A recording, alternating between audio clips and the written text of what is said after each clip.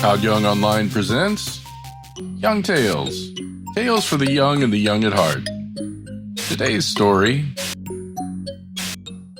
Bulfinch's Mythology, the Mabinogion, Taliesin, the Radiant Brow. Now long ago, when the sea sang against the walls of Window Waharan, Lord of Waelod, there was a fishing weir upon the strand of Diffie and Aberstrength.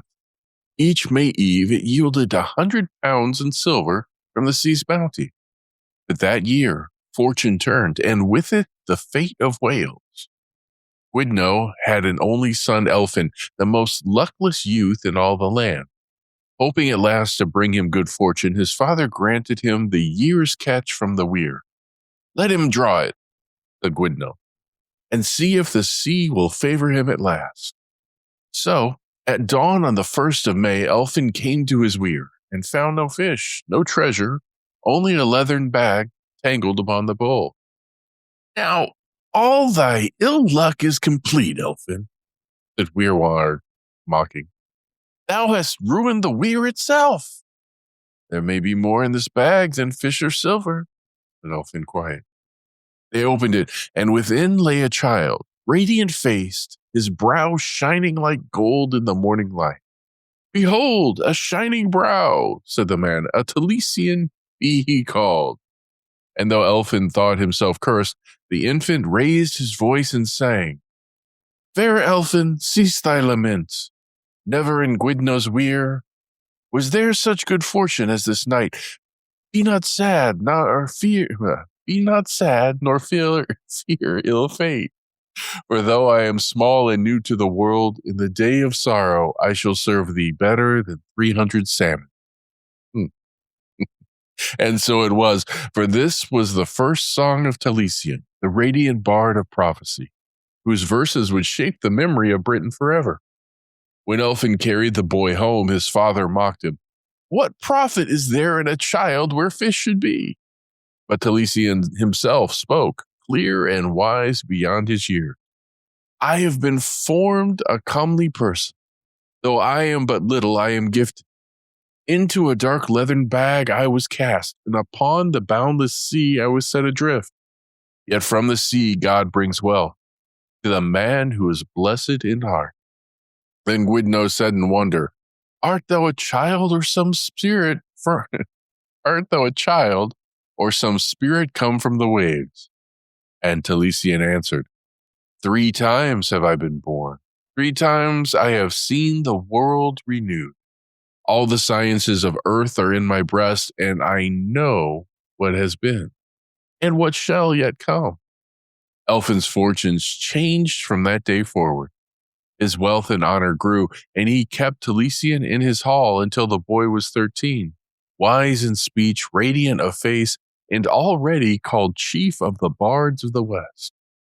At Christmastide, Elphin was summoned to the court of his uncle, Maelgan Gwynedd, the proudest of kings, who feasted with 1,000 lords in his hall of Dangwyn? Dangwyn, it will be. Their men praised Maelgan's power, his beauty, his queen, his horses, his hounds, and his bards. At last, when all had spoken, Elphin rose and said, "Truly, none but a king may match a king. Yet were he not royal, I would say that my wife is as virtuous as any lady in this realm, and that my bard is wiser than all the king's bards together." It all fell silent. Soon Maelgan heard of this boast, and in his pride ordered Elphin seized and chained in a silver fetter. "Let him prove his words," said the king, "or rot in my tower until he does." Maelgan sent his son Rune the Faithless to bring disgrace upon Elphin's wife. But Taliesin, hearing of this, warned his mistress, and by his art he caused her to change places with her maid. When Rune came to the house, thinking he found Elphin's wife, he plied the maid with wine and deceit, and cut from her hand the little finger that bore Elphin's ring. Proof, he thought, of her dishonor. When Rune brought the finger to the king, Maelgan laughed. "See," said he, "how fools trust in the virtue of women. But when Elphin was brought forth, he said boldly, "This is my ring indeed, but the hand it wore was not my wife's. 3 signs prove it. First, the ring fits this finger tight, though it slipped freely from her thumb. Second, the nail is long and uncut, but my wife has never slept untrimmed on a Saturday night. And third, this hand kneaded rye dough, and my wife has never worked such bread in her life." The king, angered, cast him again into the dungeon. Then Taliesin went to Maelgan's court, where the bards were gathered to sing his praise. He sat quietly in a corner until their music began. Then he put his fingers to his lips and made the sound blurm, blurm. And lo, when the bards began to sing before the king, no voice could form a word, only the same foolish sound. The king, amazed, demanded to know the cause, and his chief bard said, "Lord, it is not from wine or madness, but the spell of a spirit that sits yonder in the form of a child." So Maelgan called for the boy, and Taliesin came before him. Taliesin sang proudly, "I am chief bard to Elphin, born of the cauldron of inspiration. I was with Noah in the ark. I saw the burning of Sodom and Gomorrah. I was in India when Rome was built, and now I come to the remnant of Troy." The court was struck dumb, for never had they heard such speech from one so young. Maelgan bade his own bards answer him, but when they tried, they could only stammer and make the sound blurb. Then the king turned to Taliesin and asked his purpose. Taliesin chanted, "Elphin, son of Gwynedd, lies in the tower of Arturo, chained with 13 locks for praising his bard. But I, Taliesin, chief of the western bards, shall free him from his golden fetters." And he sang a riddle before the court.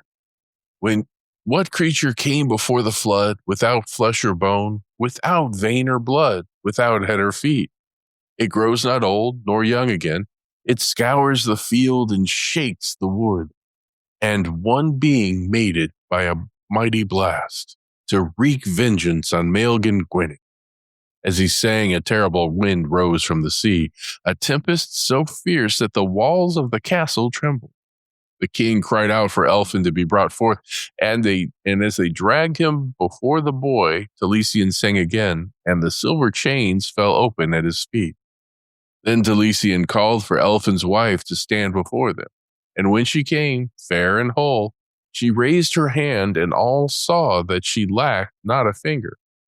Maelgan bowed his head, shamed before heaven and his court, and none of his bards could speak, for Taliesin had silenced their tongues with the power of truth.